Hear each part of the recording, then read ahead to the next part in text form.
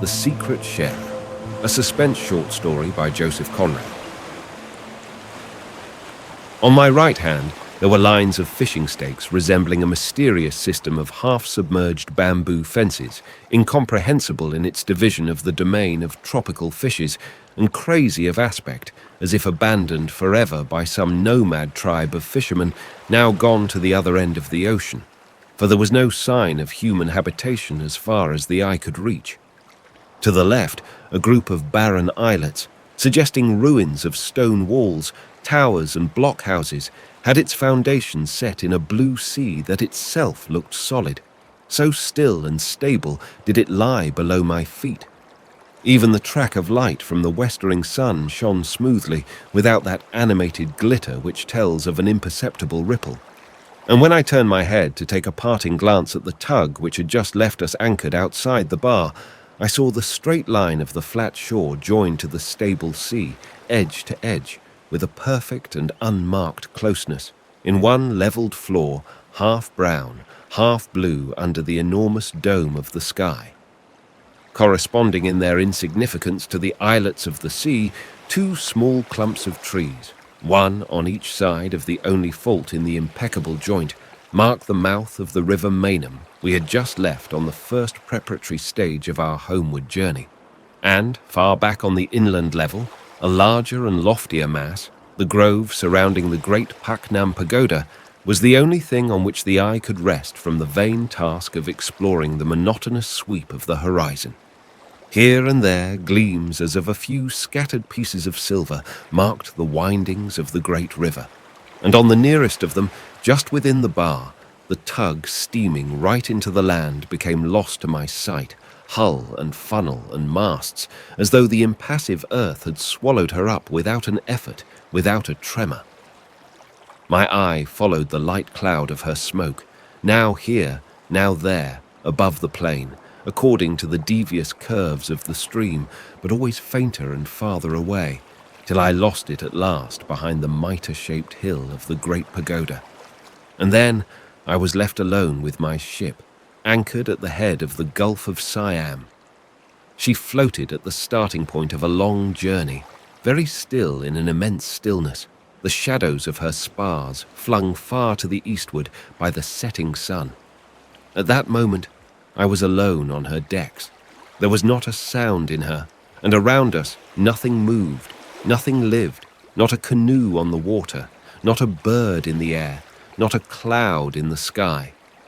In this breathless pause at the threshold of a long passage, we seemed to be measuring our fitness for a long and arduous enterprise, the appointed task of both our existences to be carried out, far from all human eyes, with only sky and sea for spectators and for judges. There must have been some glare in the air to interfere with one's sight, because it was only just before the sun left us that my roaming eyes made out beyond the highest ridges of the principal islet of the group something which did away with the solemnity of perfect solitude. The tide of darkness flowed on swiftly, and with tropical suddenness a swarm of stars came out above the shadowy earth, while I lingered yet, my hand resting lightly on my ship's rail as if on the shoulder of a trusted friend. But with all that multitude of celestial bodies staring down at one, the comfort of quiet communion with her was gone for good. And there were also disturbing sounds by this time. Voices, footsteps forward. The steward flitted along the main deck, a busily ministering spirit. A handbell tinkled urgently under the poop deck. I found my two officers waiting for me near the supper table in the lighted cuddy. We sat down at once, and as I helped the chief mate, I said, "Are you aware that there is a ship anchored inside the islands? I saw her mastheads above the ridge as the sun went down." He raised sharply his simple face, overcharged by a terrible growth of whisker, and emitted his usual ejaculations. "Bless my soul, sir, you don't say so." My second mate was a round-cheeked, silent young man, grave beyond his years, I thought. But as our eyes happened to meet, I detected a slight quiver on his lips. I looked down at once. It was not my part to encourage sneering on board my ship. It must be said, too, that I knew very little of my officers. In consequence of certain events of no particular significance, except to myself, I had been appointed to the command only a fortnight before. Neither did I know much of the hands forward. All these people had been together for 18 months or so, and my position was that of the only stranger on board. I mention this because it has some bearing on what is to follow. But what I felt most was my being a stranger to the ship, and if all the truth must be told, I was somewhat of a stranger to myself.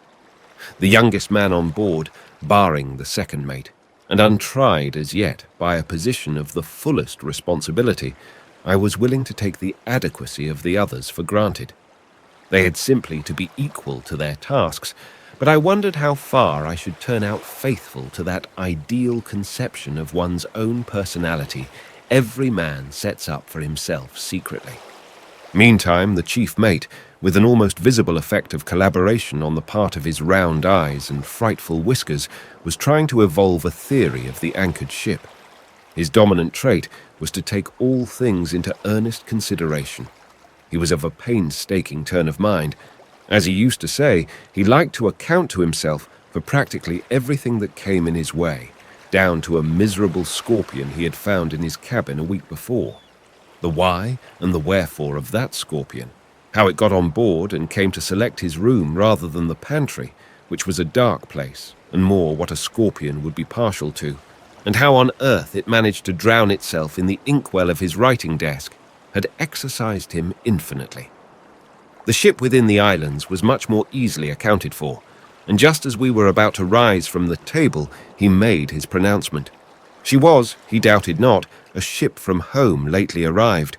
Probably she drew too much water to cross the bar, except at the top of spring tides.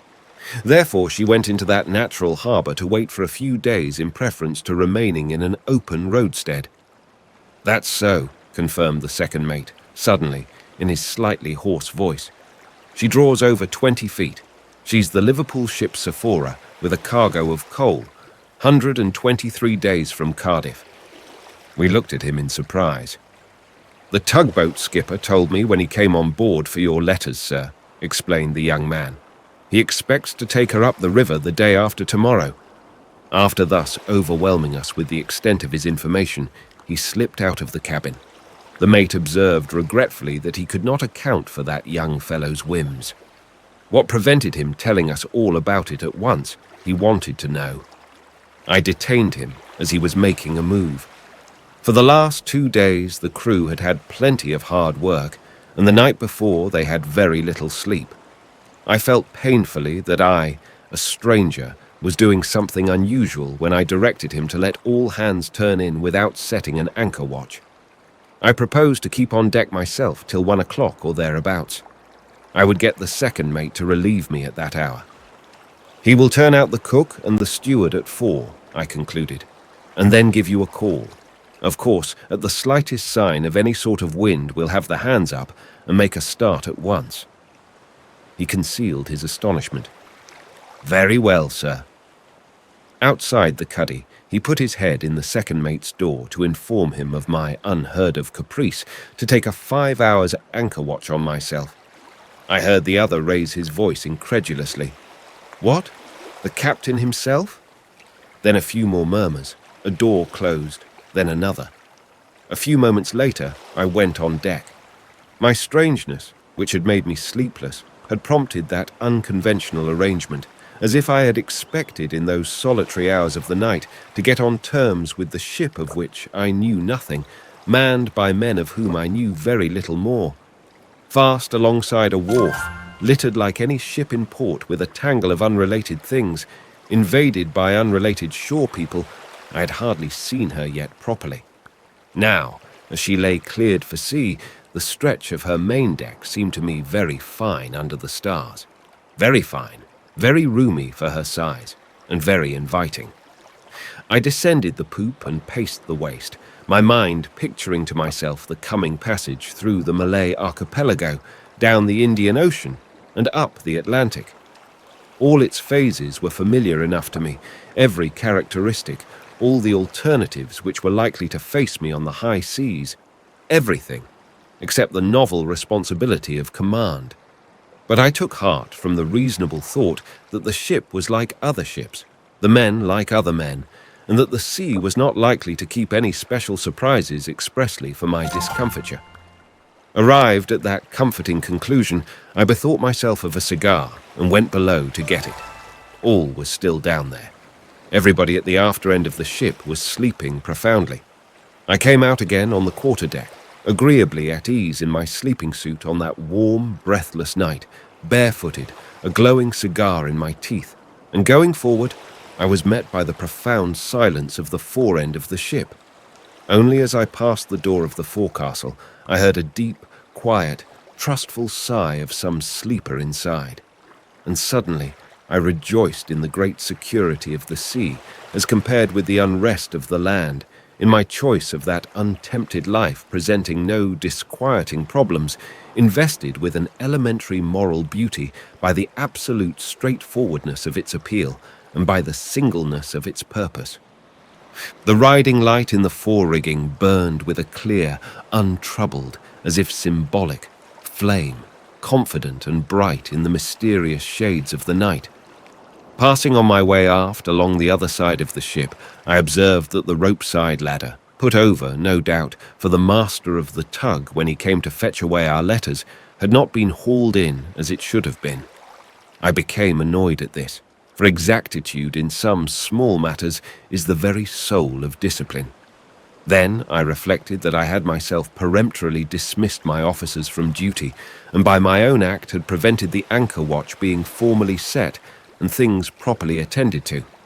I asked myself whether it was wise ever to interfere with the established routine of duties, even from the kindest of motives. My action might have made me appear eccentric. Goodness only knew how that absurdly whiskered mate would account for my conduct, and what the whole ship thought of that informality of their new captain. I was vexed with myself, not from compunction, certainly, but, as it were mechanically, I proceeded to get the ladder in myself.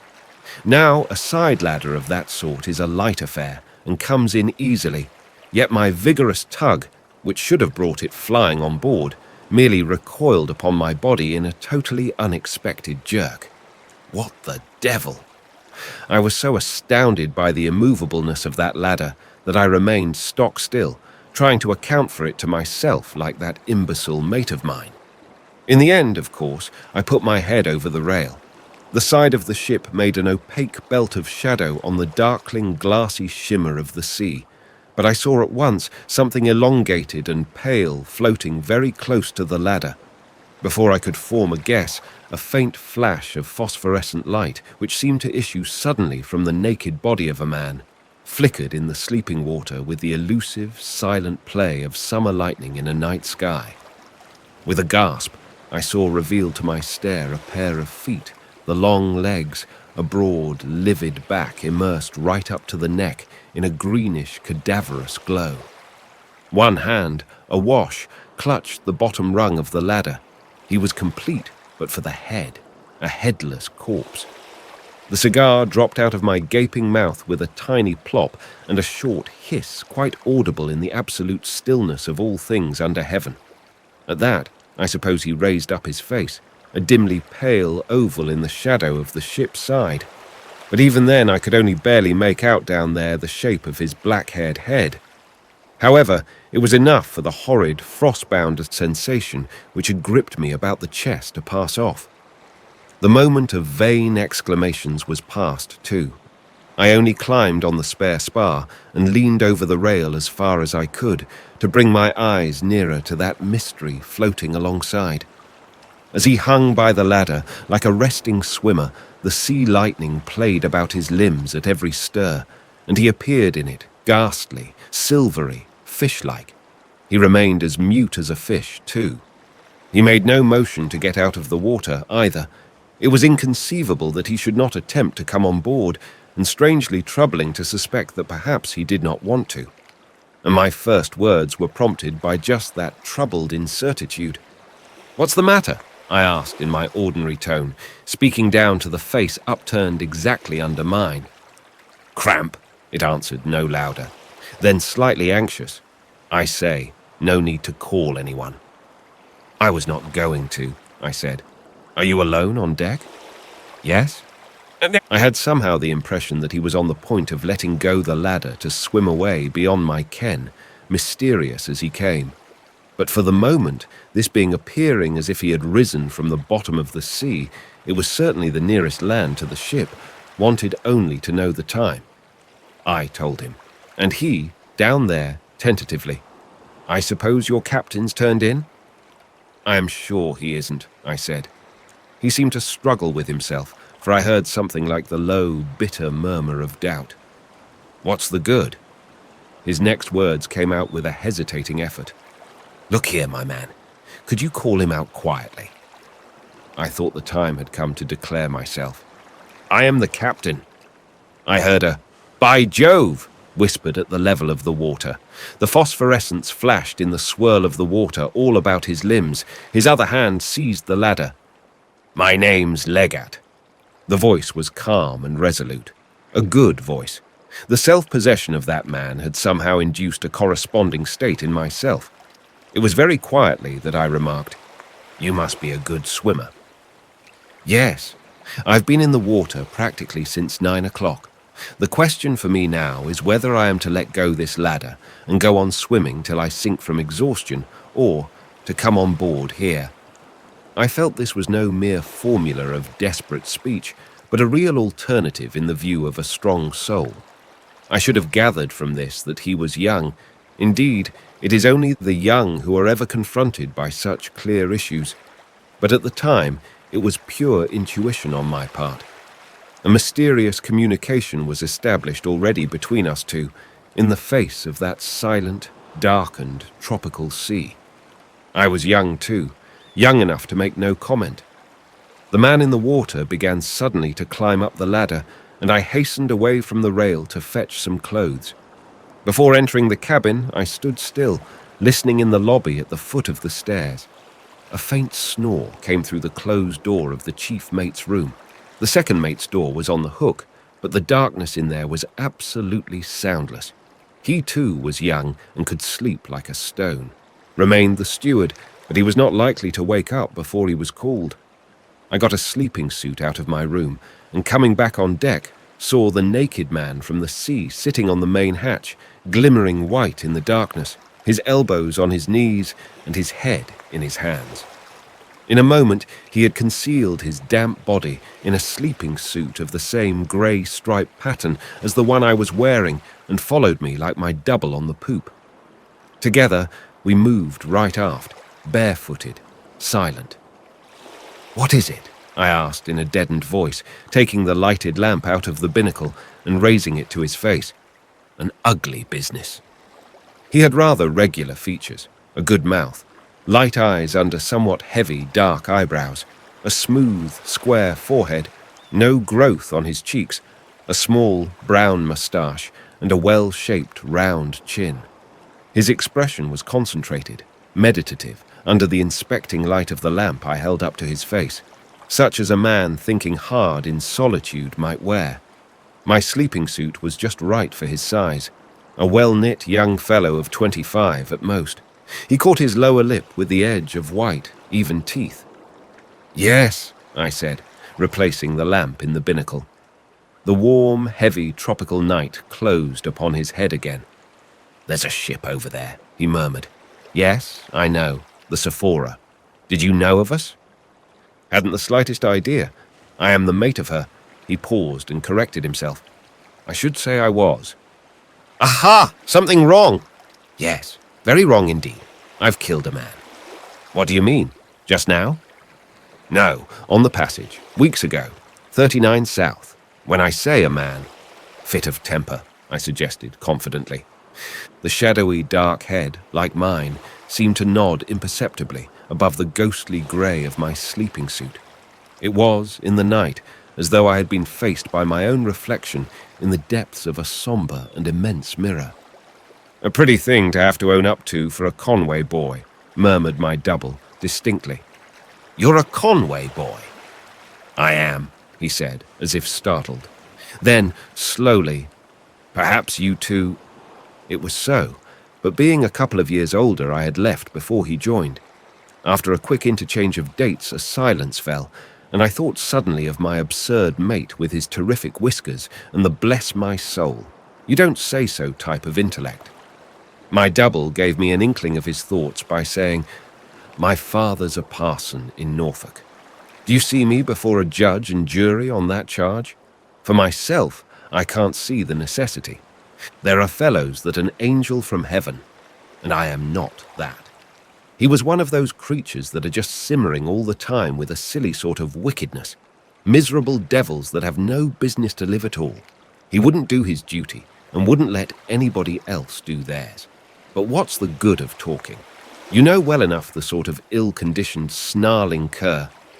He appealed to me as if our experiences had been as identical as our clothes, and I knew well enough the pestiferous danger of such a character where there are no means of legal repression. And I knew well enough also that my double there was no homicidal ruffian. I did not think of asking him for details, and he told me the story roughly in brusque, disconnected sentences. I needed no more. I saw it all going on as though I were myself inside that other sleeping suit. It happened while we were setting a reefed foresail at dusk. Reefed foresail. You understand the sort of weather. The only sail we had left to keep the ship running, so you may guess what it had been like for days. Anxious sort of job, that. He gave me some of his cursed insolence at the sheet. I tell you, I was overdone with this terrific weather that seemed to have no end to it. Terrific, I tell you, and a deep ship. I believe the fellow himself was half crazed with funk. It was no time for gentlemanly reproof, so I turned round and felled him like an ox. He up and at me. We closed just as an awful sea made for the ship. All hands saw it coming and took to the rigging, but I had him by the throat and went on shaking him like a rat, the men above us yelling, "Look out! Look out!" Then a crash as if the sky had fallen on my head. They say that for over 10 minutes hardly anything was to be seen of the ship. Just the 3 masts and a bit of the forecastle head, and of the poop all awash driving along in a smother of foam. It was a miracle that they found us, jammed together behind the forebits. It's clear that I meant business, because I was holding him by the throat still when they picked us up. He was black in the face. It was too much for them. It seems they rushed us aft together, gripped as we were, screaming murder, like a lot of lunatics, and broke into the cuddy, and the ship running for her life, touch and go all the time.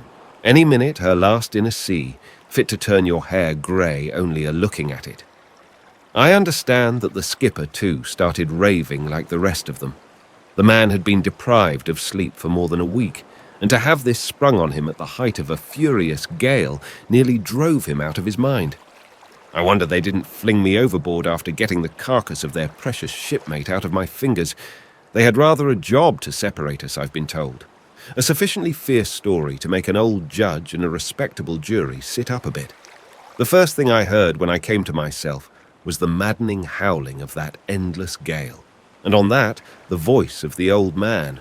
He was hanging on to my bunk, staring into my face out of his sou'wester. "Mr. Leggett, you have killed a man.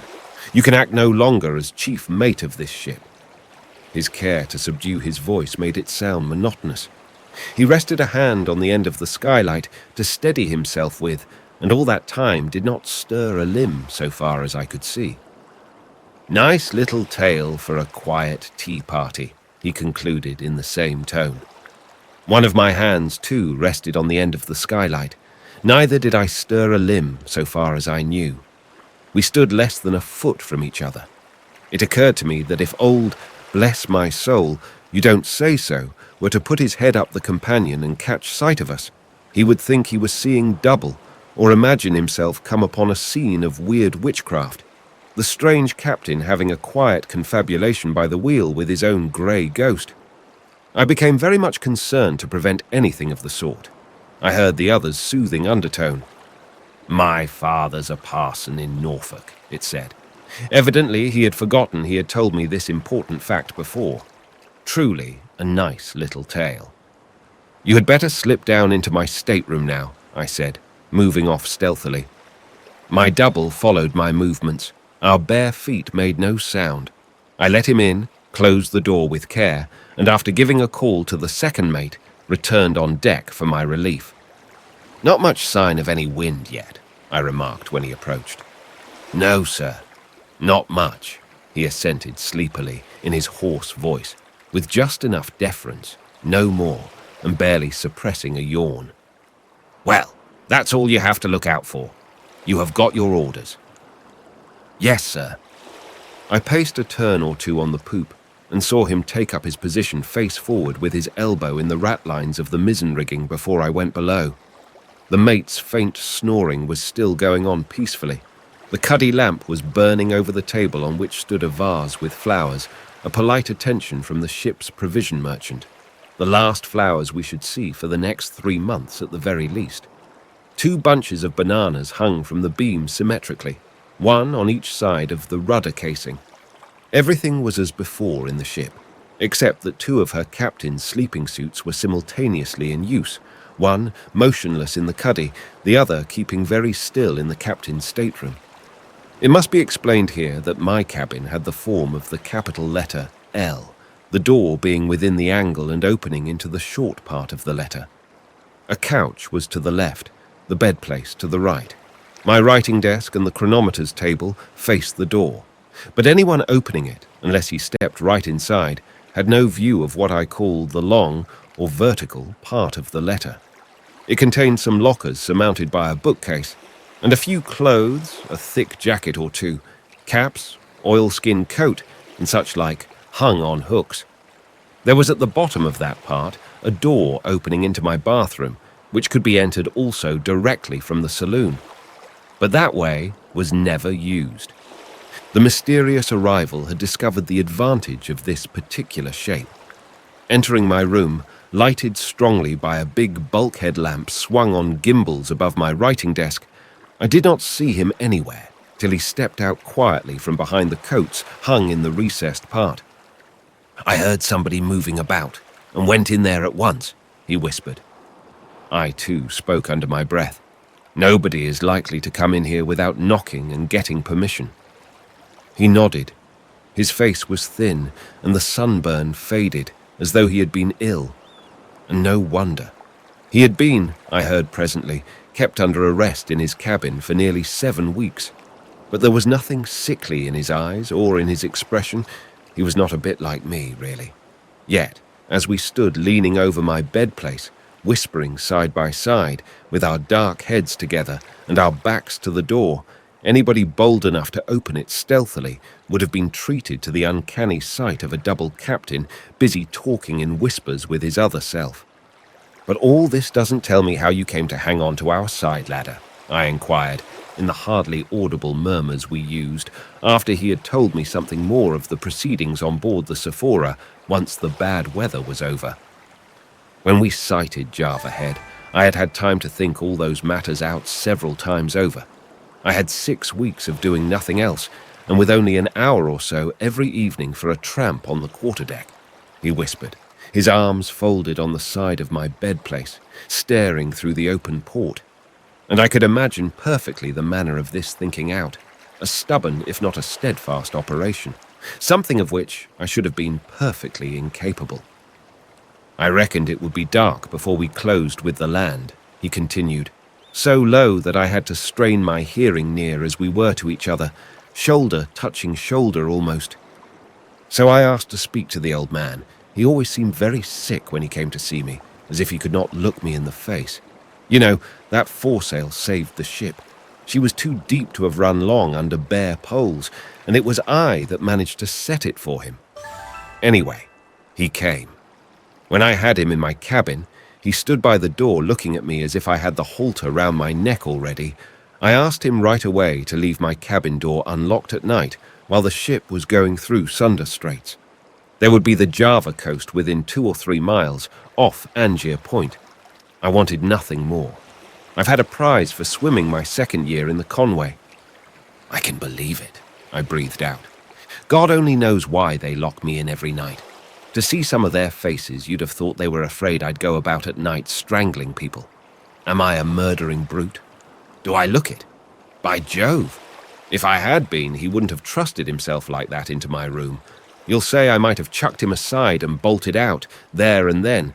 It was dark already. Well, no. And for the same reason, I wouldn't think of trying to smash the door. There would have been a rush to stop me at the noise, and I did not mean to get into a confounded scrimmage. Somebody else might have got killed, for I would not have broken out only to get chucked back, and I did not want any more of that work. He refused, looking more sick than ever.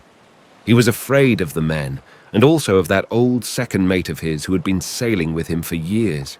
A grey-headed old humbug, and his steward too had been with him, devil knows how long, 17 years or more, a dogmatic sort of loafer who hated me like poison, just because I was the chief mate. No chief mate ever made more than one voyage in the Sephora, you know. Those two old chaps ran the ship. Devil only knows what the skipper wasn't afraid of. All his nerve went to pieces altogether in that hellish spell of bad weather we had. Of what the law would do to him. Of his wife, perhaps. Oh yes, she's on board. Though I don't think she would have meddled. She would have been only too glad to have me out of the ship in any way. The brand of Cain business, don't you see? That's all right.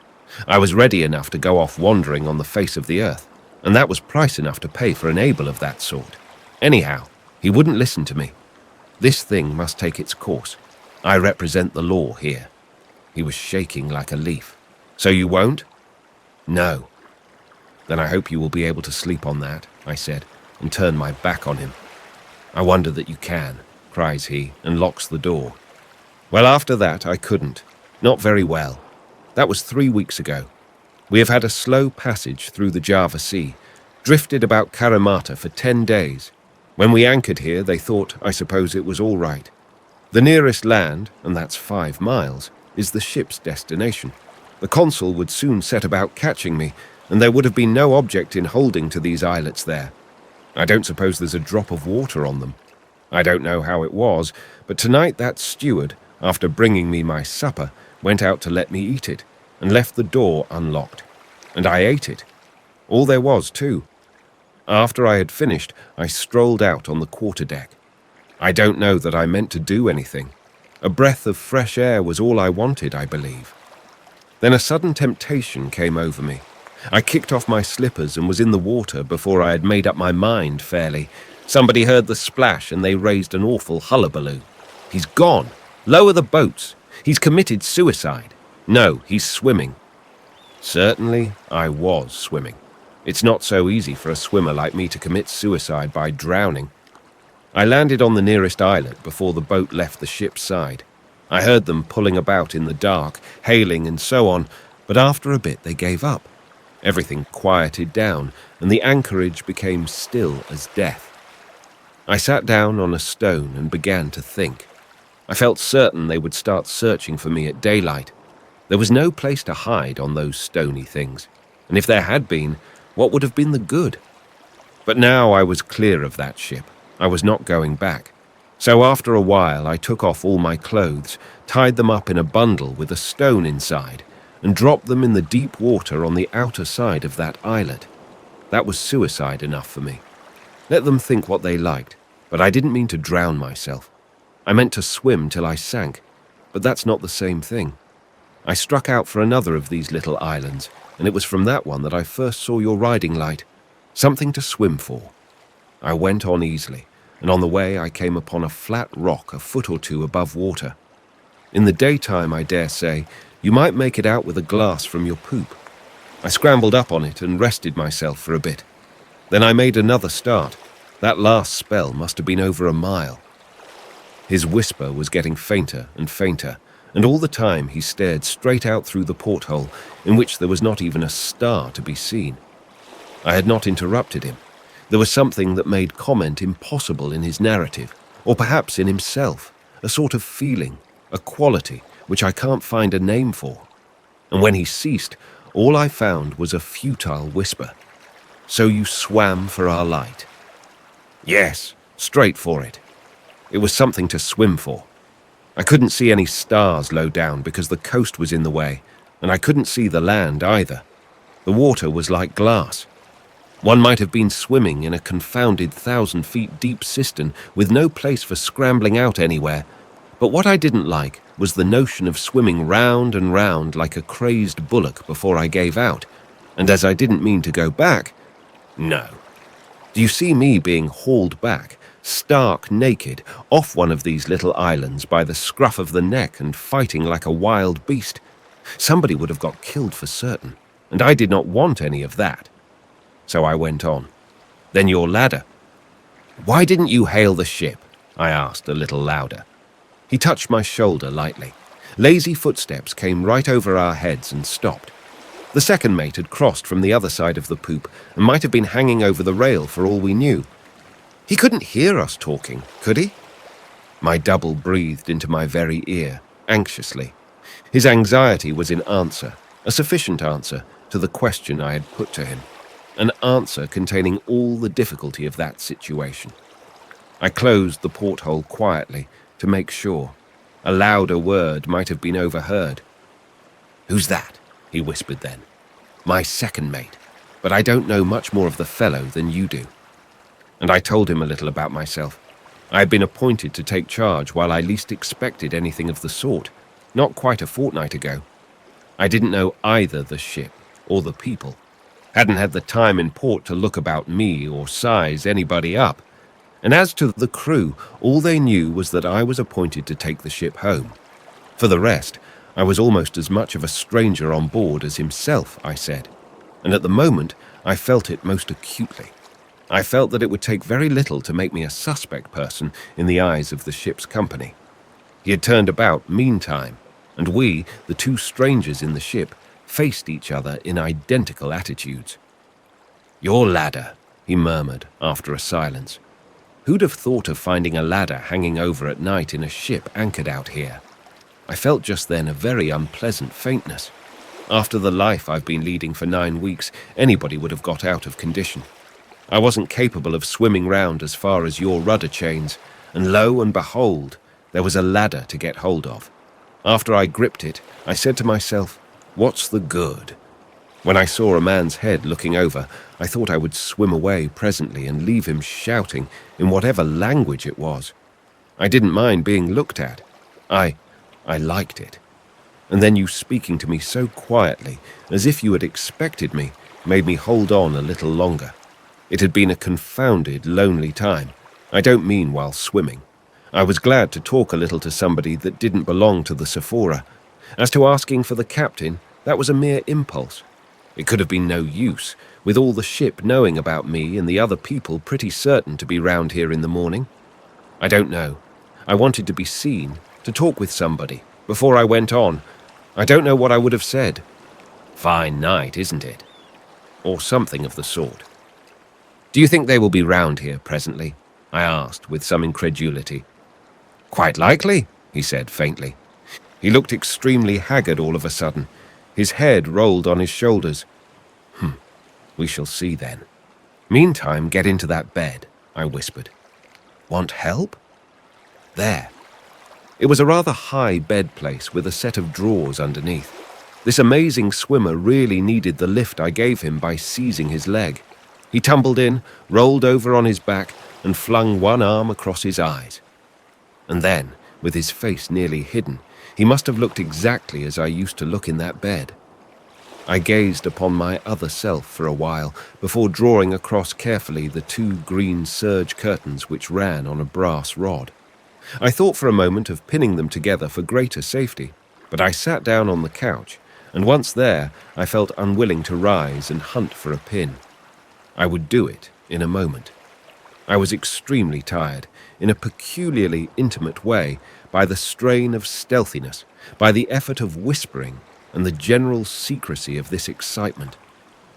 It was 3 o'clock by now, and I had been on my feet since 9, but I was not sleepy. I could not have gone to sleep.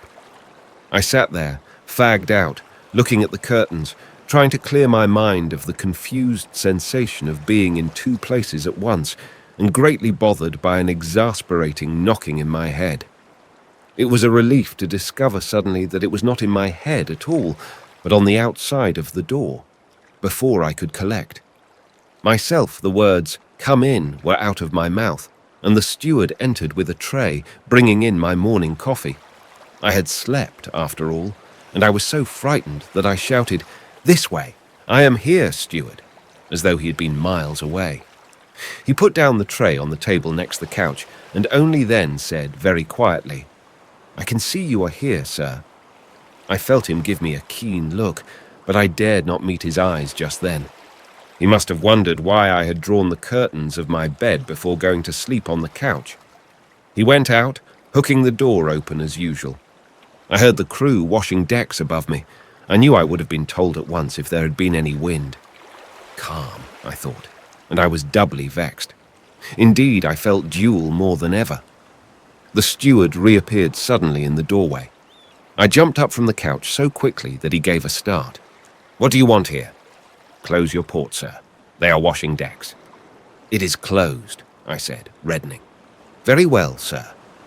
But he did not move from the doorway and returned my stare in an extraordinary, equivocal manner for a time. Then his eyes wavered, all his expression changed, and in a voice unusually gentle, almost coaxingly, "May I come in to take the empty cup away, sir?" "Of course." I turned my back on him while he popped in and out. Then I unhooked and closed the door and even pushed the bolt. This sort of thing could not go on very long. The cabin was as hot as an oven, too. I took a peep at my double and discovered that he had not moved. His arm was still over his eyes, but his chest heaved. His hair was wet. His chin glistened with perspiration. I reached over him and opened the port.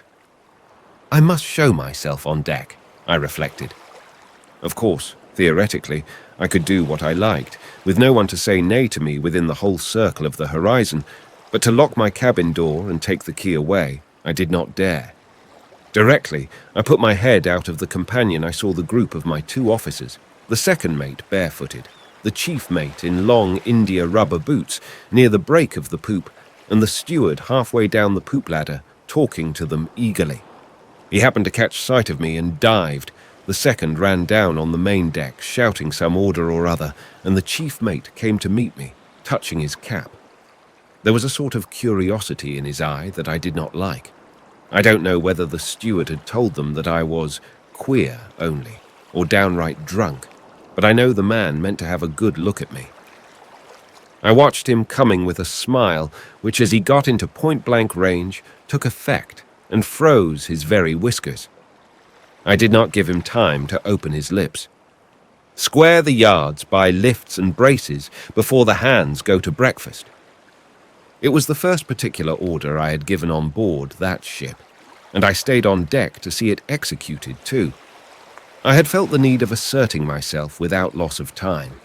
That sneering young cub got taken down a peg or 2 on that occasion, and I also seized the opportunity of having a good look at the face of every foremast man as they filed past me to go to the after braces. At breakfast time, eating nothing myself, I presided with such frigid dignity that the 2 mates were only too glad to escape from the cabin as soon as decency permitted, and all the time the dual working of my mind distracted me almost to the point of insanity. I was constantly watching myself, my secret self, as dependent on my actions as my own personality, sleeping in that bed, behind that door which faced me as I sat at the head of the table. It was very much like being mad, only it was worse because one was aware of it. I had to shake him for a solid minute, but when at last he opened his eyes, it was in the full possession of his senses, with an inquiring look. "All's well so far," I whispered. "Now you must vanish into the bathroom." He did so, as noiseless as a ghost, and then I rang for the steward, and facing him boldly, directed him to tidy up my stateroom while I was having my bath, and be quick about it. As my tone admitted of no excuses, he said, "Yes, sir," and ran off to fetch his dustpan and brushes.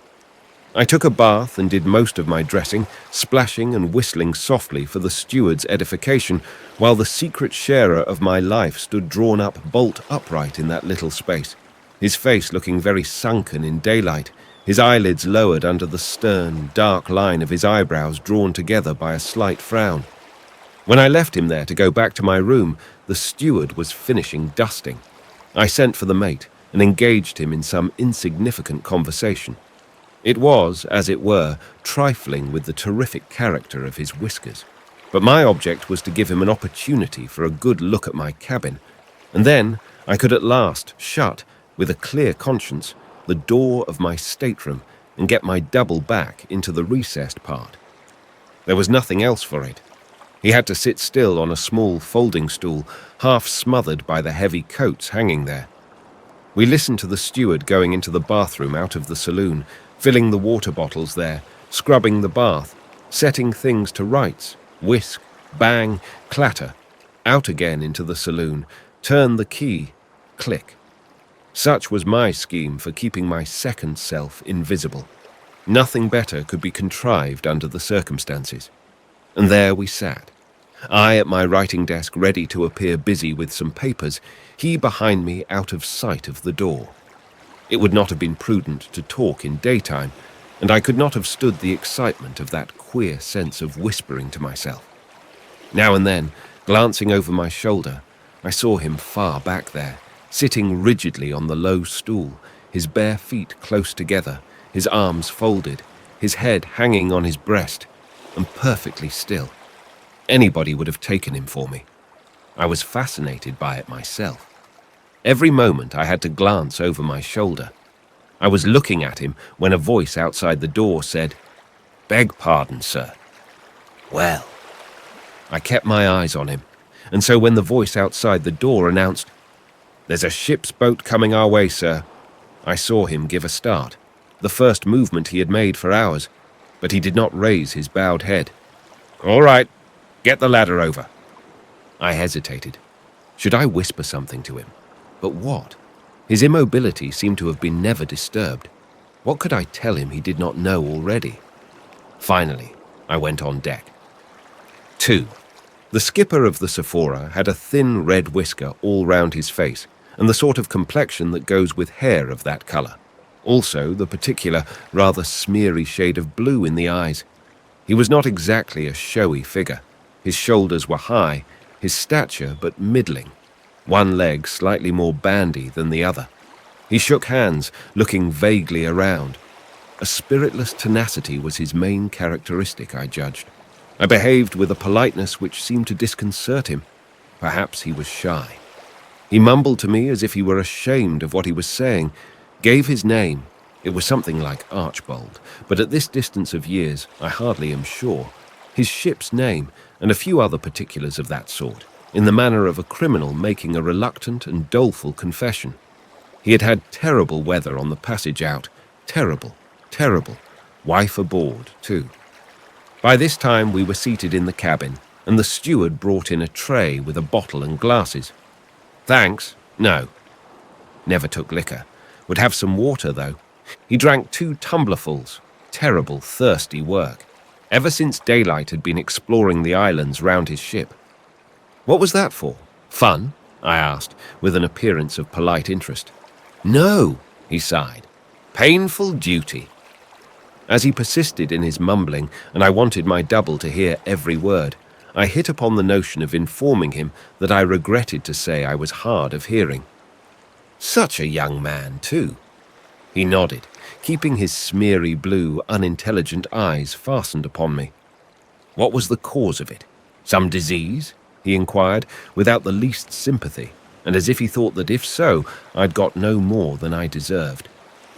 Yes, disease, I admitted in a cheerful tone which seemed to shock him. But my point was gained because he had to raise his voice to give me his tale. It is not worthwhile to record his version. It was just over 2 months since all this had happened, and he had thought so much about it that he seemed completely muddled as to its bearings, but still immensely impressed. Dad, what would you think of such a thing happening on board your own ship? I've had the Sephora for these 15 years. I am a well-known shipmaster. He was densely distressed, and perhaps I should have sympathized with him if I had been able to detach my mental vision from the unsuspected sharer of my cabin as though he were my second self. There he was on the other side of the bulkhead, 4 or 5 feet from us, no more, as we sat in the saloon. I looked politely at Captain Archbold, if that was his name, but it was the other I saw, in a grey sleeping suit, seated on a low stool, his bare feet close together, his arms folded, and every word said between us, falling into the ears of his dark head bowed on his chest. I have been at sea now, man and boy, for 37 years, and I've never heard of such a thing happening in an English ship, and that it should be my ship, wife on board, too. I was hardly listening to him. Don't you think, I said, that the heavy sea which you told me came aboard just then might have killed the man? I have seen the sheer weight of a sea kill a man very neatly by simply breaking his neck. Good God, he uttered impressively, fixing his smeary blue eyes on me. The sea! No man killed by the sea ever looked like that. He seemed positively scandalized at my suggestion, and as I gazed at him, certainly not prepared for anything original on his part, he advanced his head close to mine and thrust his tongue out at me so suddenly that I couldn't help starting back. After scoring over my calmness in this graphic way, he nodded wisely. If I had seen the sight, he assured me, I would never forget it as long as I lived. The weather was too bad to give the corpse a proper sea burial. So next day at dawn, they took it up on the poop, covering its face with a bit of bunting. He read a short prayer, and then, just as it was, in its oilskins and long boots, they launched it amongst those mountainous seas that seemed ready every moment to swallow up the ship herself and the terrified lives on board of her. That reefed foresail saved you, I threw in. Under God. It did, he exclaimed fervently. It was by a special mercy, I firmly believe, that it stood some of those hurricane squalls. It was the setting of that sail which, I began. God's own hand in it, he interrupted me. Nothing less could have done it. I don't mind telling you that I hardly dared give the order. It seemed impossible that we could touch anything without losing it, and then our last hope would have been gone. The terror of that gale was on him yet. I let him go on for a bit, then said, casually, as if returning to a minor subject, "You were very anxious to give up your mate to the shore people, I believe." He was. To the law. His obscure tenacity on that point had in it something incomprehensible and a little awful, something, as it were, mystical, quite apart from his anxiety that he should not be suspected of countenancing any doings of that sort. 37 virtuous years at sea, of which over 20 of immaculate command, and the last 15 in the Sephora, seemed to have laid him under some pitiless obligation. And you know, he went on, groping shamefacedly amongst his feelings, I did not engage that young fellow. His people had some interest with my owners. I was in a way forced to take him on. He looked very smart, very gentlemanly and all that. But do you know, I never liked him somehow. I am a plain man. You see, he wasn't exactly the sort for the chief mate of a ship like the Sephora. I had become so connected in thoughts and impressions with the secret sharer of my cabin that I felt as if I, personally, were being given to understand that I, too, was not the sort that would have done for the chief mate of a ship like the Sephora. I had no doubt of it in my mind. Not at all the style of man. You understand, he insisted, superfluously, looking hard at me. I smiled urbanely. He seemed at a loss for a while. I suppose I must report a suicide. Beg pardon? Suicide? That's what I'll have to write to my owners directly I get in. Unless you manage to recover him before tomorrow, I assented dispassionately. I mean, alive. He mumbled something which I really did not catch, and I turned my ear to him in a puzzled manner. He fairly bawled. The land, I say, the mainland is at least 7 miles off my anchorage. About that. My lack of excitement, of curiosity, of surprise, of any sort of pronounced interest, began to arouse his distrust. But except for the felicitous pretense of deafness, I had not tried to pretend anything. I had felt utterly incapable of playing the part of ignorance properly, and therefore was afraid to try. It is also certain that he had brought some ready-made suspicions with him, and that he viewed my politeness as a strange and unnatural phenomenon. And yet how else could I have received him? Not heartily. That was impossible for psychological reasons, which I need not state here. My only object was to keep off his inquiries. Surlily? Yes, but surliness might have provoked a point-blank question. From its novelty to him and from its nature, punctilious courtesy was the manner best calculated to restrain the man, but there was the danger of his breaking through my defense bluntly. I could not, I think, have met him by a direct lie, also for the psychological, not moral reasons. If he had only known how afraid I was of his putting my feeling of identity with the other to the test. But strangely enough, I thought of it only afterwards. I believe that he was not a little disconcerted by the reverse side of that weird situation, by something in me that reminded him of the man he was seeking, suggested a mysterious similitude to the young fellow he had distrusted and disliked from the first. However that might have been, the silence was not very prolonged. He took another oblique step. "I reckon I had no more than a 2-mile pull to your ship. Not a bit more." "And quite enough, too, in this awful heat," I said. Another pause full of mistrust followed. Necessity, they say, is mother of invention, but fear, too, is not barren of ingenious suggestions, and I was afraid he would ask me point-blank for news of my other self. "Nice little saloon, isn't it?" I remarked, as if noticing for the first time the way his eyes roamed from one closed door to the other. "And very well fitted out, too. Here, for instance," I continued, reaching over the back of my seat negligently and flinging the door open, "is my bathroom." He made an eager movement, but hardly gave it a glance. I got up, shut the door of the bathroom, and invited him to have a look round, as if I were very proud of my accommodation. He had to rise and be shown round, but he went through the business without any raptures whatever.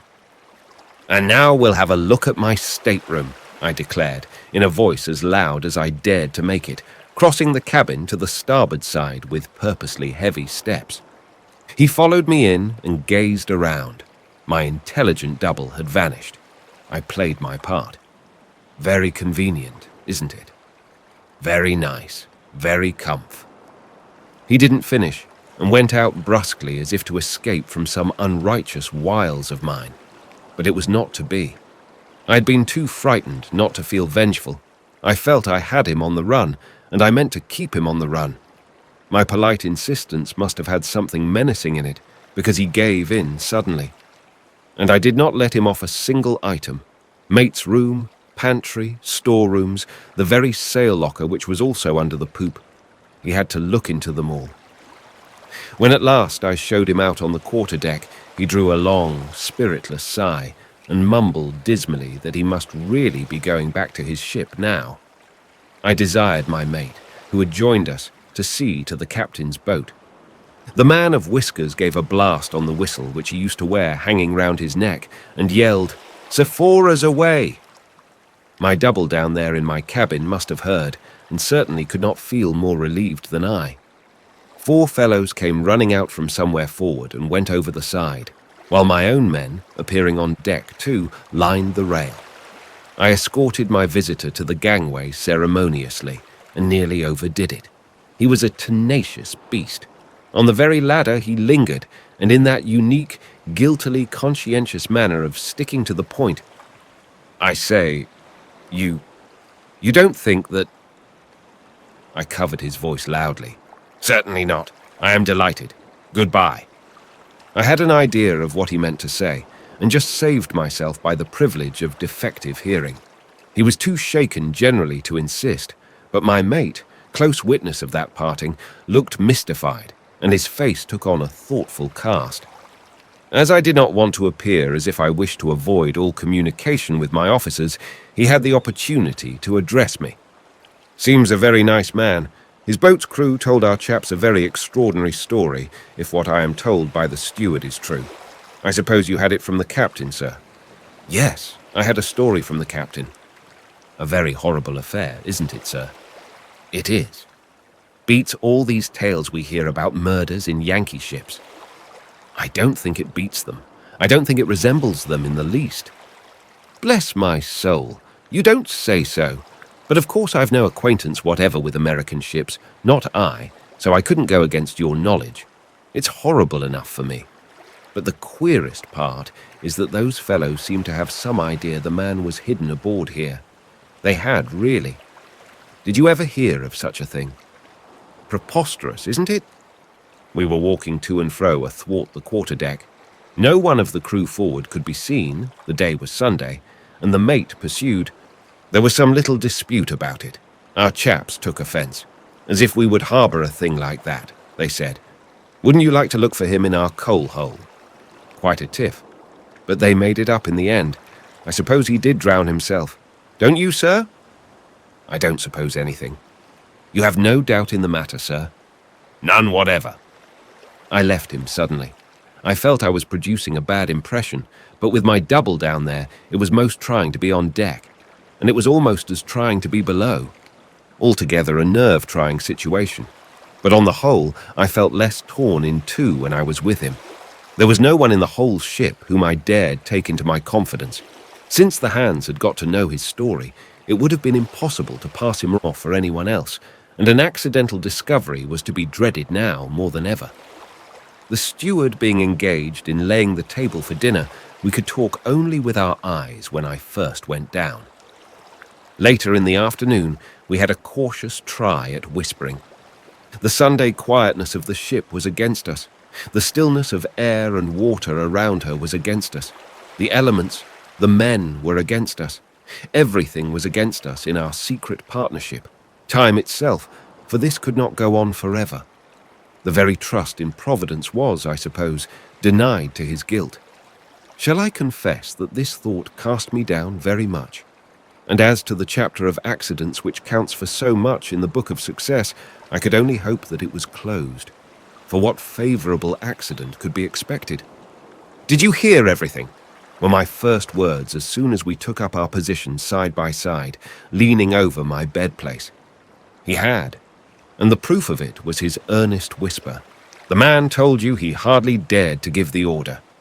I understood the reference to be to that saving foresail. Yes, he was afraid of it being lost in the setting. I assure you he never gave the order. He may think he did, but he never gave it. He stood there with me on the break of the poop after the main topsail blew away and whimpered about our last hope, positively whimpered about it and nothing else, and the night coming on. To hear one skipper go on like that in such weather was enough to drive any fellow out of his mind. It worked me up into a sort of desperation. I just took it into my own hands and went away from him, boiling and... But what's the use telling you? You know, do you think that if I had not been pretty fierce with them, I should have got the men to do anything? Not I. The bosun, perhaps. Perhaps. It wasn't a heavy sea. It was a sea gone mad. I suppose the end of the world will be something like that, and a man may have the heart to see it coming once and be done with it. But to have to face it day after day, I don't blame anybody. I was precious little better than the rest, only I was an officer of that old coal wagon anyhow. I quite understand, I conveyed that sincere assurance into his ear. He was out of breath with whispering. I could hear him pant slightly. It was all very simple. The same strung-up force which had given 24 men a chance, at least, for their lives, had, in a sort of recoil, crushed an unworthy, mutinous existence. But I had no leisure to weigh the merits of the matter. Footsteps in the saloon, a heavy knock. "There's enough wind to get under way with, sir." Here was the call of a new claim upon my thoughts and even upon my feelings. "Turn the hands up," I cried through the door. "I'll be on deck directly." I was going out to make the acquaintance of my ship. Before I left the cabin, our eyes met. The eyes of the only two strangers on board. I pointed to the recessed part where the little camp stool awaited him and laid my finger on my lips. He made a gesture, somewhat vague, a little mysterious, accompanied by a faint smile as if of regret. This is not the place to enlarge upon the sensations of a man who feels for the first time a ship move under his feet to his own independent word. In my case, they were not unalloyed. I was not wholly alone with my command, for there was that stranger in my cabin. Or rather, I was not completely and wholly with her. Part of me was absent.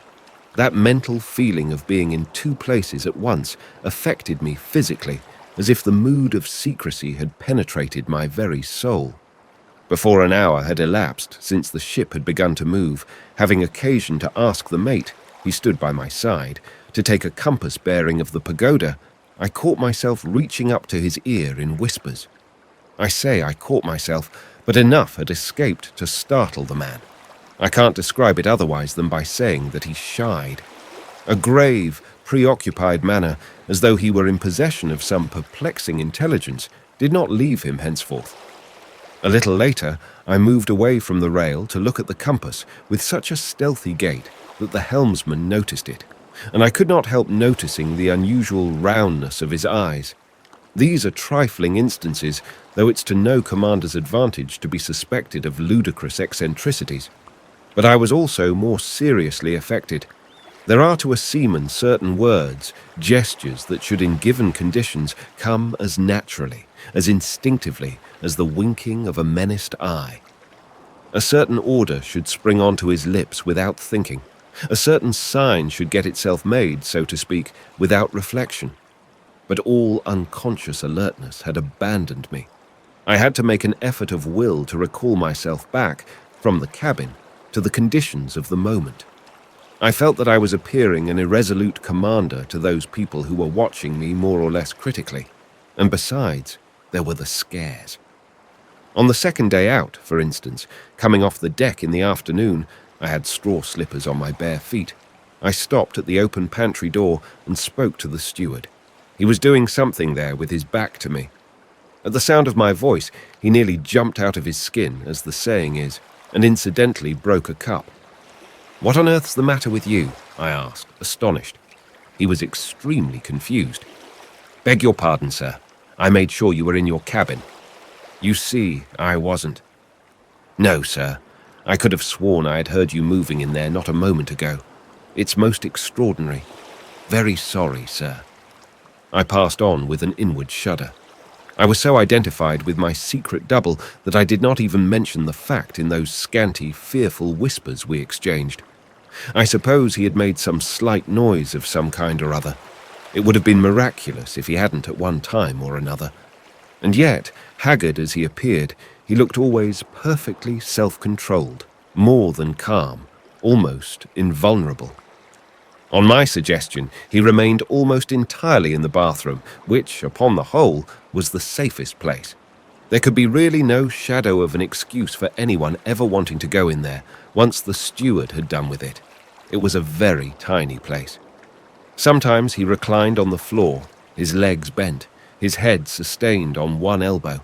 At others I would find him on the camp stool, sitting in his grey sleeping suit, and with his cropped dark hair like a patient, unmoved convict.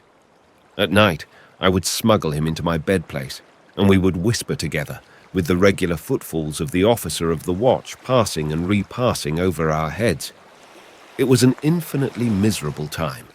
It was lucky that some tins of fine preserves were stowed in a locker in my stateroom. Hard bread I could always get hold of, and so he lived on stewed chicken, pâte de foie gras, asparagus, cooked oysters, sardines, on all sorts of abominable sham delicacies out of tins. My early morning coffee he always drank, and it was all I dared do for him in that respect. Every day there was the horrible manoeuvring to go through so that my room and then the bathroom should be done in the usual way. I came to hate the sight of the steward, to abhor the voice of that harmless man. I felt that it was he who would bring on the disaster of discovery. It hung like a sword over our heads. The fourth day out, I think, we were then working down the east side of the Gulf of Siam, tack for tack, in light winds and smooth water. The fourth day, I say, of this miserable juggling with the unavoidable, as we sat at our evening meal, that man, whose slightest movement I dreaded, after putting down the dishes, ran up on deck busily. This could not be dangerous. Presently he came down again, and then it appeared that he had remembered a coat of mine, which I had thrown over a rail to dry after having been wetted in a shower which had passed over the ship in the afternoon. Sitting stolidly at the head of the table, I became terrified at the sight of the garment on his arm. Of course he made for my door. There was no time to lose. "Steward," I thundered, My nerves were so shaken that I could not govern my voice and conceal my agitation. This was the sort of thing that made my terrifically whiskered mate tap his forehead with his forefinger. I had detected him using that gesture while talking on deck with a confidential air to the carpenter. It was too far to hear a word, but I had no doubt that this pantomime could only refer to the strange new captain. "Yes, sir." The pale-faced steward turned resignedly to me. It was this maddening course of being shouted at, checked without rhyme or reason, arbitrarily chased out of my cabin, suddenly called into it, sent flying out of his pantry on incomprehensible errands that accounted for the growing wretchedness of his expression. "Where are you going with that coat?" "To your room, sir." "Is there another shower coming?" "I'm sure I don't know, sir. Shall I go up again and see, sir?" "No, never mind." My object was attained, as of course my other self in there would have heard everything that passed. During this interlude, my two officers never raised their eyes off their respective plates, but the lip of that confounded cub, the second mate, quivered visibly. I expected the steward to hook my coat on and come out at once. He was very slow about it, but I dominated my nervousness sufficiently not to shout after him. Suddenly I became aware, it could be heard plainly enough, that the fellow, for some reason or other, was opening the door of the bathroom. It was the end. The place was literally not big enough to swing a cat in. My voice died in my throat, and I went stony all over. I expected to hear a yell of surprise and terror, and made a movement, but had not the strength to get on my legs. Everything remained still. Had my second self taken the poor wretch by the throat? I don't know what I could have done next moment if I had not seen the steward come out of my room, close the door, and then stand quietly by the sideboard. Saved, I thought. But no! Lost! Gone! He was gone! I laid my knife and fork down and leaned back in my chair. My head swam. After a while, when sufficiently recovered to speak in a steady voice, I instructed my mate to put the ship round at 8 o'clock himself. "I won't come on deck," I went on. "I think I'll turn in, and unless the wind shifts, I don't want to be disturbed before midnight. I feel a bit seedy." "You did look middling bad a little while ago," the chief mate remarked, without showing any great concern. They both went out, and I stared at the steward clearing the table. There was nothing to be read on that wretched man's face. But why did he avoid my eyes? I asked myself. Then I thought I should like to hear the sound of his voice. "Steward!" "Sir?" Startled as usual. "Where did you hang up that coat?" "In the bathroom, sir." The usual anxious tone. "It's not quite dry yet, sir." For some time longer I sat in the cuddy. Had my double vanished as he had come? But of his coming there was an explanation, whereas his disappearance would be inexplicable. I went slowly into my dark room, shut the door, lighted the lamp, and for a time dared not turn round. When at last I did, I saw him standing bolt upright in the narrow, recessed part. It would not be true to say I had a shock, but an irresistible doubt of his bodily existence flitted through my mind. Can it be, I asked myself, that he is not visible to other eyes than mine? It was like being haunted. Motionless, with a grave face, he raised his hands slightly at me in a gesture which meant clearly, "Heavens, what a narrow escape." Narrow indeed. I think I had come creeping quietly as near insanity as any man who has not actually gone over the border. That gesture restrained me, so to speak. The mate with the terrific whiskers was now putting the ship on the other tack. In the moment of profound silence which follows upon the hands going to their stations, I heard on the poop his raised voice, "Hard a lee!" and the distant shout of the order repeated on the main deck. The sails in that light breeze made but a faint fluttering noise. It ceased. The ship was coming round slowly. I held my breath in the renewed stillness of expectation. One wouldn't have thought that there was a single living soul on her decks. A sudden brisk shout, "Mainsail haul!" broke the spell, and in the noisy cries and rush overhead of the men running away with the main brace, we too, down in my cabin, came together in our usual position by the bed place. He did not wait for my question. "I heard him fumbling here and just managed to squat myself down in the bath," he whispered to me. The fellow only opened the door and put his arm in to hang the coat up. All the same, "I never thought of that," I whispered back, even more appalled than before at the closeness of the shave and marveling at that something unyielding in his character which was carrying him through so finely. There was no agitation in his whisper. Whoever was being driven distracted, it was not he. He was sane, and the proof of his sanity was continued when he took up the whispering again. It would never do for me to come to life again. It was something that a ghost might have said, but what he was alluding to was his old captain's reluctant admission of the theory of suicide. It would obviously serve his turn if I had understood at all the view which seemed to govern the unalterable purpose of his action. "You must maroon me as soon as ever you can get amongst these islands off the Cambodge shore," he went on. "Maroon you! We are not living in a boy's adventure tale," I protested. His scornful whispering took me up. "We aren't indeed. There's nothing of a boy's tale in this, but there's nothing else for it. I want no more. You don't suppose I'm afraid of what can be done to me? Prison or gallows or whatever they may please. But you don't see me coming back to explain such things to an old fellow in a wig and 12 respectable tradesmen, do you? What can they know whether I am guilty or not, or of what I am guilty either? That's my affair. What does the Bible say? Driven off the face of the earth. Very well. I am off the face of the earth now. As I came at night, so I shall go." "Impossible," I murmured. "You can't." "Can't? Not naked like a soul on the day of judgment. I shall freeze on to this sleeping suit. The last day is not yet, and you have understood thoroughly, didn't you?" I felt suddenly ashamed of myself. I may say truly that I understood, and my hesitation in letting that man swim away from my ship's side had been a mere sham sentiment, a sort of cowardice. "It can't be done now till next night," I breathed out. "The ship is on the offshore tack, and the wind may fail us." "As long as I know that you understand," he whispered. "But of course you do. It's a great satisfaction to have got somebody to understand. You seem to have been there on purpose." And in the same whisper, as if we two, whenever we talked, had to say things to each other which were not fit for the world to hear, he added, "It's very wonderful." We remained side by side, talking in our secret way, but sometimes silent, or just exchanging a whispered word or two at long intervals. And as usual, he stared through the port. A breath of wind came now and again into our faces.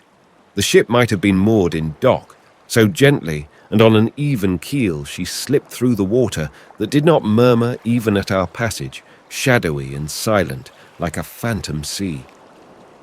At midnight, I went on deck, and to my mate's great surprise put the ship round on the other tack.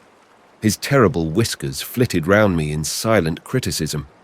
I certainly should not have done it if it had been only a question of getting out of that sleepy gulf as quickly as possible.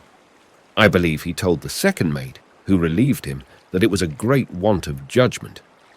The other only yawned. That intolerable cub shuffled about so sleepily and lolled against the rails in such a slack, improper fashion that I came down on him sharply. "Aren't you properly awake yet?" "Yes, sir, I am awake." "Well then, be good enough to hold yourself as if you were, and keep a lookout. If there's any current, we'll be closing with some islands before daylight." The east side of the gulf is fringed with islands, some solitary, others in groups.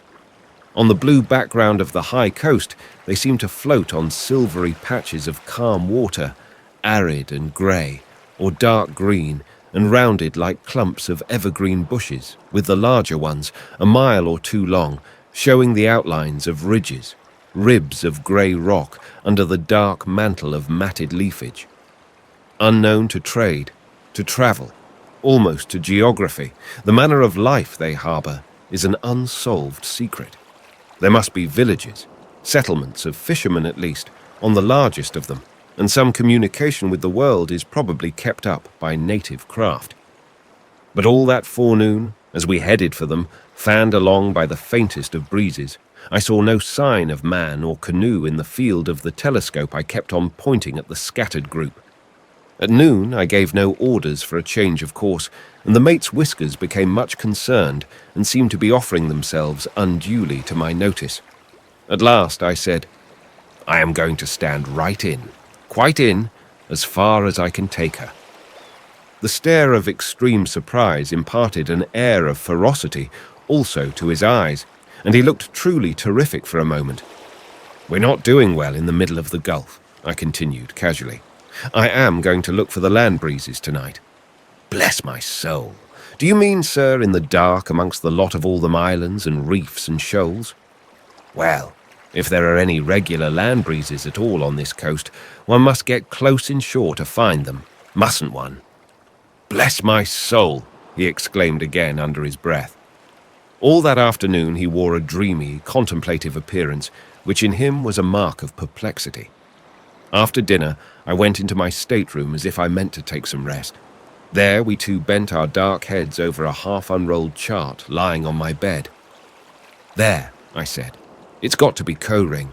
I've been looking at it ever since sunrise. It has got 2 hills and a low point.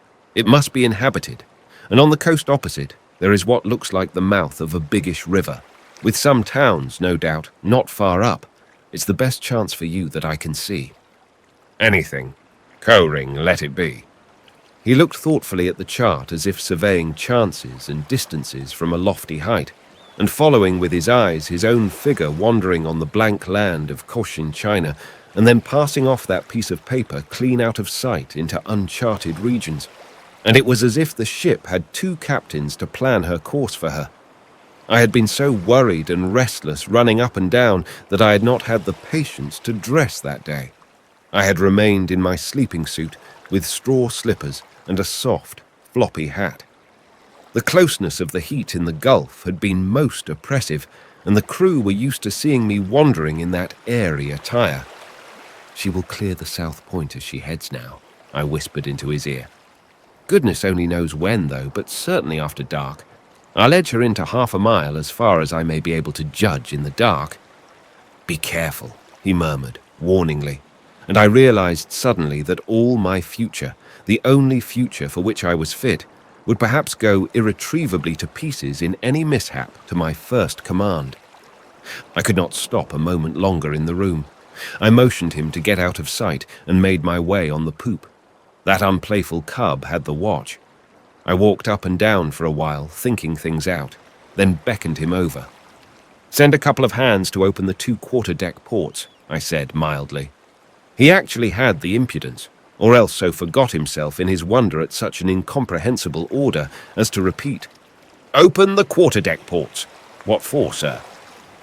"The only reason you need concern yourself about is because I tell you to do so. Have them open wide and fastened properly." He reddened and went off, but I believe made some jeering remark to the carpenter as to the sensible practice of ventilating a ship's quarterdeck. I know he popped into the mate's cabin to impart the fact to him because the whiskers came on deck, as it were by chance, and stole glances at me from below, for signs of lunacy or drunkenness, I suppose. A little before supper, feeling more restless than ever, I rejoined, for a moment, my second self. And to find him sitting so quietly was surprising, like something against nature, inhuman.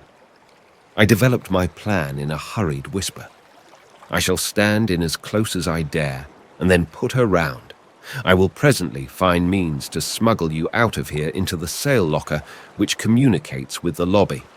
But there is an opening, a sort of square for hauling the sails out, which gives straight on the quarterdeck, and which is never closed in fine weather, so as to give air to the sails. When the ship's way is deadened in stays, and all the hands are aft at the main braces, you will have a clear road to slip out and get overboard through the open quarter-deck port. I've had them both fastened up. Use a rope's end to lower yourself into the water so as to avoid a splash. You know, it could be heard and cause some beastly complication." He kept silent for a while, then whispered, "I understand." "I won't be there to see you go," I began with an effort. "The rest, I only hope I have understood too." "You have. from first to last.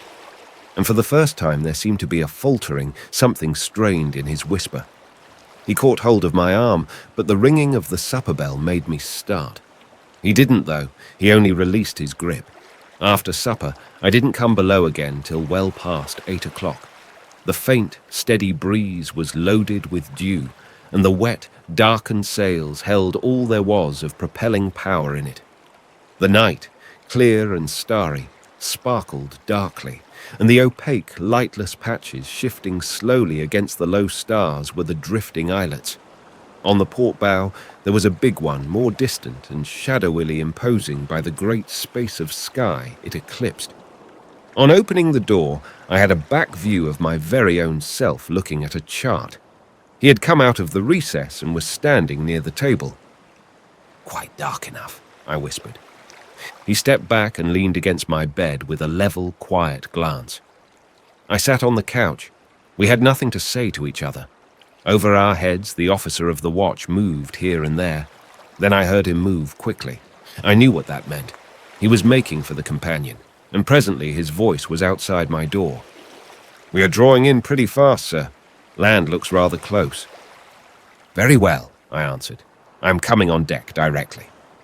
I waited till he was gone out of the cuddy, then rose. My double moved too. The time had come to exchange our last whispers, for neither of us was ever to hear each other's natural voice. "Look here." I opened a drawer and took out 3 sovereigns. "Take this anyhow.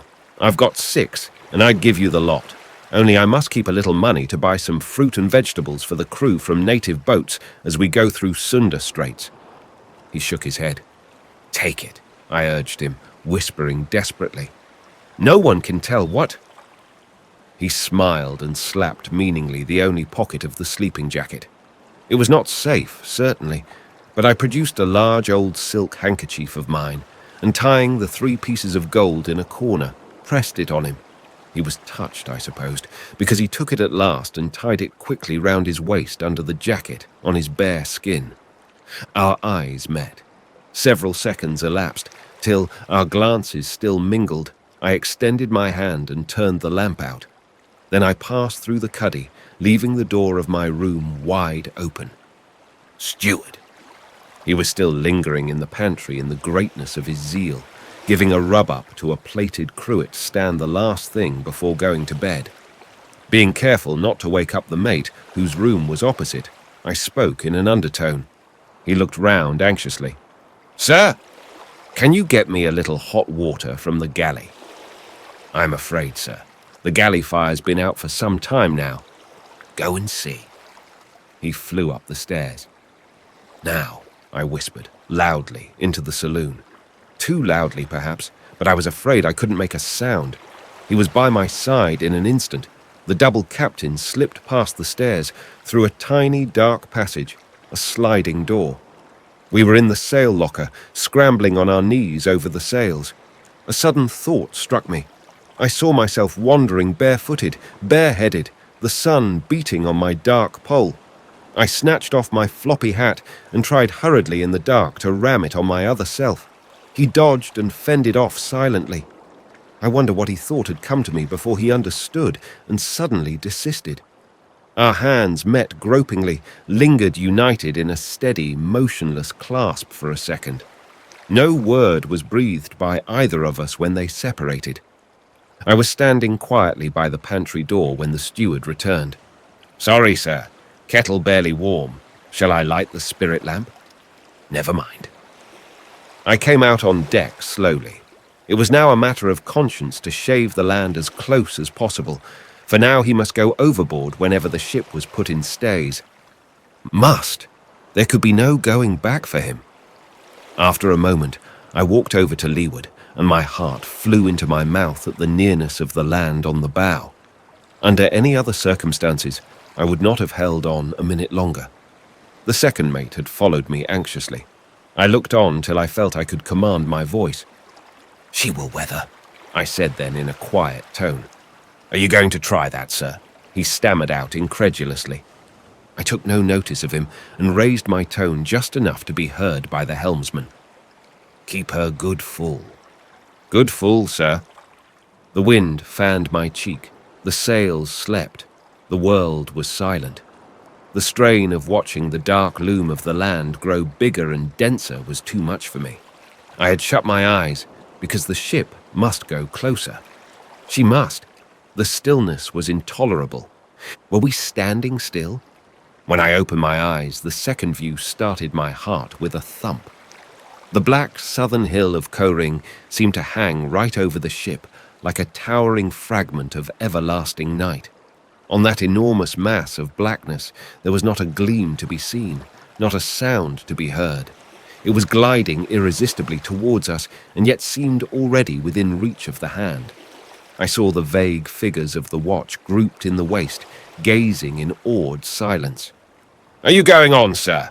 inquired an unsteady voice at my elbow. I ignored it. I had to go on. "Keep her full. Don't check her way. That won't do now," I said warningly. "I can't see the sails very well," the helmsman answered me in strange, quavering tones. Was she close enough? Already she was, I won't say in the shadow of the land, but in the very blackness of it, already swallowed up as it were, gone too close to be recalled, gone from me altogether. "Give the mate a call," I said to the young man who stood at my elbow as still as death, "and turn all hands up." My tone had a borrowed loudness reverberated from the height of the land. Several voices cried out together, "We are all on deck, sir." Then stillness again, with the great shadow gliding closer, towering higher, without a light, without a sound. Such a hush had fallen on the ship that she might have been a bark of the dead, floating in slowly under the very gate of Erebus. My God! Where are we? It was the mate moaning at my elbow. He was thunderstruck, and as it were deprived of the moral support of his whiskers. He clapped his hands and absolutely cried out, "Lost!" "Be quiet," I said sternly. He lowered his tone, but I saw the shadowy gesture of his despair. "What are we doing here?" "Looking for the land, Wind." He made as if to tear his hair and addressed me recklessly. "She will never get out. You have done it, sir. I knew it'd end in something like this. She will never weather, and you're too close now to stay. She'll drift ashore before she's round. Oh, my God!" I caught his arm as he was raising it to batter his poor devoted head and shook it violently. "She's ashore already," he wailed, trying to tear himself away. "Is she? Keep good full there." "Good full, sir," cried the helmsman in a frightened, thin, childlike voice. I hadn't let go the mate's arm and went on shaking it. "Ready about, do you hear?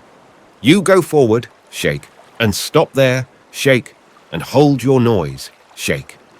And see these head sheets properly overhauled, shake, shake, shake." And all the time I dared not look towards the land, lest my heart should fail me. I released my grip at last, and he ran forward as if fleeing for dear life. I wondered what my double there in the sail locker thought of this commotion. He was able to hear everything, and perhaps he was able to understand why, on my conscience, it had to be thus close, no less. My first order, "Hard a lee," re-echoed ominously under the towering shadow of Koh-ring as if I had shouted in a mountain gorge. And then I watched the land intently. In that smooth water and light wind, it was impossible to feel the ship coming to. No, I could not feel her, and my second self was making now ready to ship out and lower himself overboard. Perhaps he was gone already. The great black mass brooding over our very mastheads began to pivot away from the ship's side silently.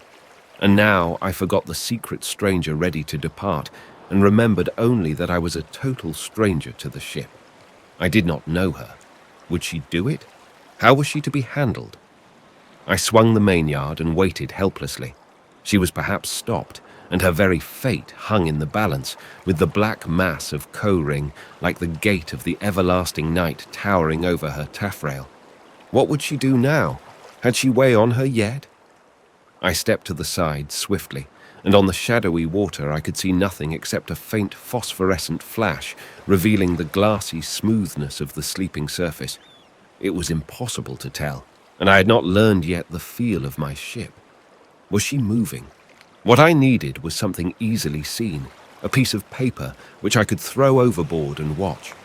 I had nothing on me. To run down for it, I didn't dare. There was no time. All at once my strained, yearning stare distinguished a white object floating within a yard of the ship's side, white on the black water. A phosphorescent flash passed under it. What was that thing? I recognized my own floppy hat. It must have fallen off his head, and he didn't bother. Now I had what I wanted, the saving mark for my eyes. But I hardly thought of my other self, now gone from the ship, to be hidden forever from all friendly faces, to be a fugitive and a vagabond on the earth, with no brand of the curse on his sane forehead to stay a slaying hand, too proud to explain. And I watched the hat, the expression of my sudden pity for his mere flesh. It had been meant to save his homeless head from the dangers of the sun, and now, behold, it was saving the ship by serving me for a mark to help out the ignorance of my strangeness. Ha! It was drifting forward, warning me just in time that the ship had gathered stern away. "Shift the helm," I said in a low voice to the seaman standing still like a statue. The man's eyes glistened wildly in the binnacle light as he jumped round to the other side and spun round the wheel. I walked to the break of the poop. On the overshadowed deck, all hands stood by the fore braces waiting for my order. The stars ahead seemed to be gliding from right to left, and all was so still in the world that I heard the quiet remark, "She's round," passed in a tone of intense relief between two seamen. "Let go and haul." The foreyards ran round with a great noise amidst cheery cries, and now the frightful whiskers made themselves heard giving various orders. Already the ship was drawing ahead, and I was alone with her. Nothing, no one in the world should stand now between us, throwing a shadow on the way of silent knowledge and mute affection, the perfect communion of a seaman with his first command. Walking to the taffrail, I was in time to make out, on the very edge of a darkness thrown by a towering black mass, like the very gateway of Erebus. Yes, I was in time to catch an evanescent glimpse of my white hat left behind to mark the spot where the secret sharer of my cabin and of my thoughts, as though he were my second self, had lowered himself into the water to take his punishment. A free man, a proud swimmer striking out for a new destiny.